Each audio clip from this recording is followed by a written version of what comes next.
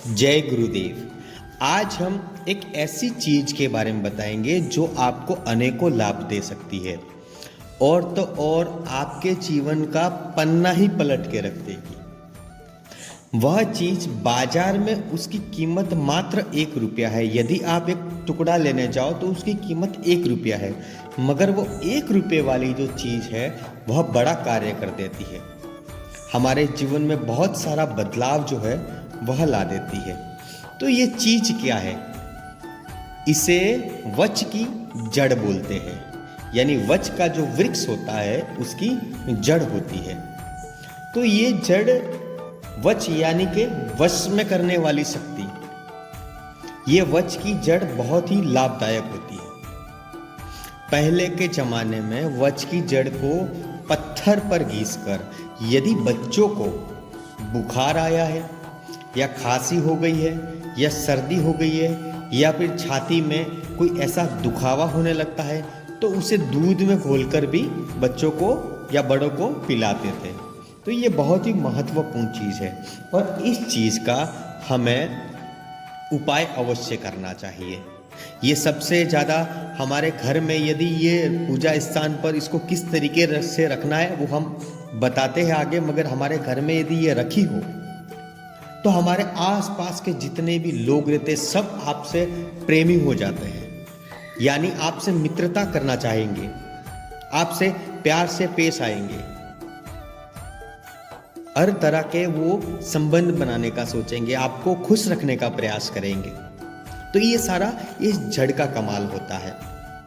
बहुत सारी शक्तियां इस जड़ में होती है।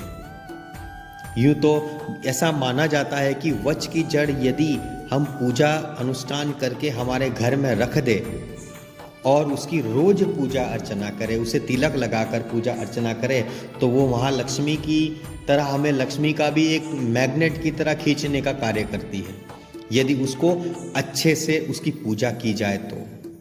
यानी कि पूजा कर कर उसे सिद्ध करना पड़ता है। और पूजा भी छोटी सी पूजा होती है, ऐसा करके हम घर में रख दे पूजा स्थान पर तो वो लक्ष्मी जी को खींचती है, यानी कि लक्ष्मी उससे प्रभावित होती है, खुश होती है और लक्ष्मी भी वहाँ पर आना शुरू कर देती है।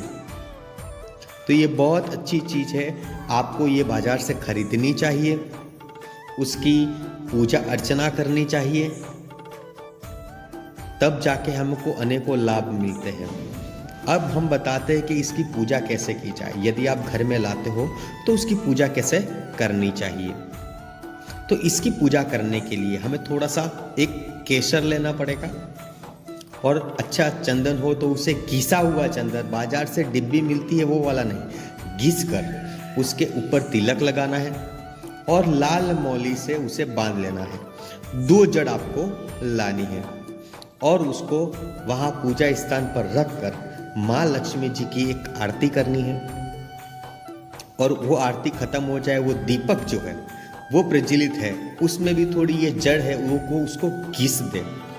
घिसने के बाद में दीपक लगा और उसको रख दीजिए। जब तक दीपक शांत हो जाएगा, दीपक बुझने के बाद में उसकी जो काली काली जो राख होती है उसका आपको तिलक लगा देना है और आपकी जो विश है, जो आप मांगना चाहते हो उस जड़ के पास मांगिए, आपका कार्य परिपूर्ण होता है। बहुत समय से बहुत से लोग पुराने जमाने में ऐसा करते आए हैं और आजकल बच्चों को, बड़ों को, बहुत से ऐसे लोग हैं जिनको इस चीज के बारे में कुछ पता ही नहीं है। मंत्र जिस तरीके से काम करता है उसी तरीके से जड़ी बूटियां भी काम करने लग जाती है। ये भी एक जड़ी बूटी है, मंत्र की तरह ये भी कार्य करती है। मंत्र को यदि हम पढ़ते हैं तो क्या से क्या हो जाता है। सही मंत्र करेंगे तो लाभ ही लाभ प्राप्त होता है और मंत्र के उच्चार में कहीं भटक गए और कुछ इस तरीके से उल्टा जप कर लिया तो वह मंत्र जो है आपको दुष्प्रभाव देता है। इसी तरीके से ये जड़ जो है वो हमें अनेकों लाभ दे सकती है। इस जड़ को घर में रखने के बाद में, पूजा अर्चना करने के बाद में, जिस तरीके से हमने बताया है उस तरीके से यदि आप पूजा करके घर में रख देते हो, आप उससे जो विश मांगना चाहो वो आपकी पूर्ण होती है। मगर उसके भी कुछ नियम होते हैं, उसकी भी कुछ विशेषताएं होती है। किसी को भी हम कार्य सौंपते हैं तो वो यूं ही कार्य नहीं करता, उसके पीछे कुछ ना कुछ वजह होती है। तो आप उसे सिद्ध कर लेंगे, उसके बाद में आपका जो कार्य है वो पूरा होने लगेगा और आपको हर चीज़ में फ़ायदा नज़र आएगा।